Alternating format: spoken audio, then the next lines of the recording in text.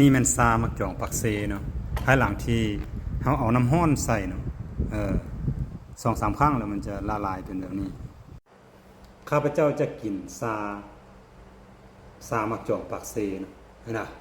มักจองปักเซตัวนี้ถือว่าเกรดดีแล้วเนาะเกรดดีแล้วข้าพเจ้าจะกินซานี่เนาะอย่างน้อย1ครั้งต่ออาทิตย์เนาะ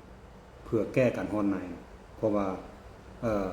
มักจองปักเซเนาะภาษาจีนหรือว่าพางต้าหายนะตัวนี้ดีหลาย这种果可以解热在巴舍老挝巴舍在自然的那个森林很多You know this kind of fruit from Pakse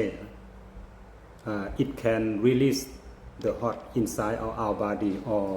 antipyrenic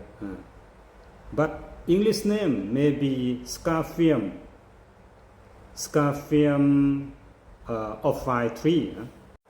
ปกติแล้วข้าพเจ้าจะใส่แต่หน่วยเดียวเนาะแบบนี้แล้วก็เอาซาใส่หน่อยนึงเนาะ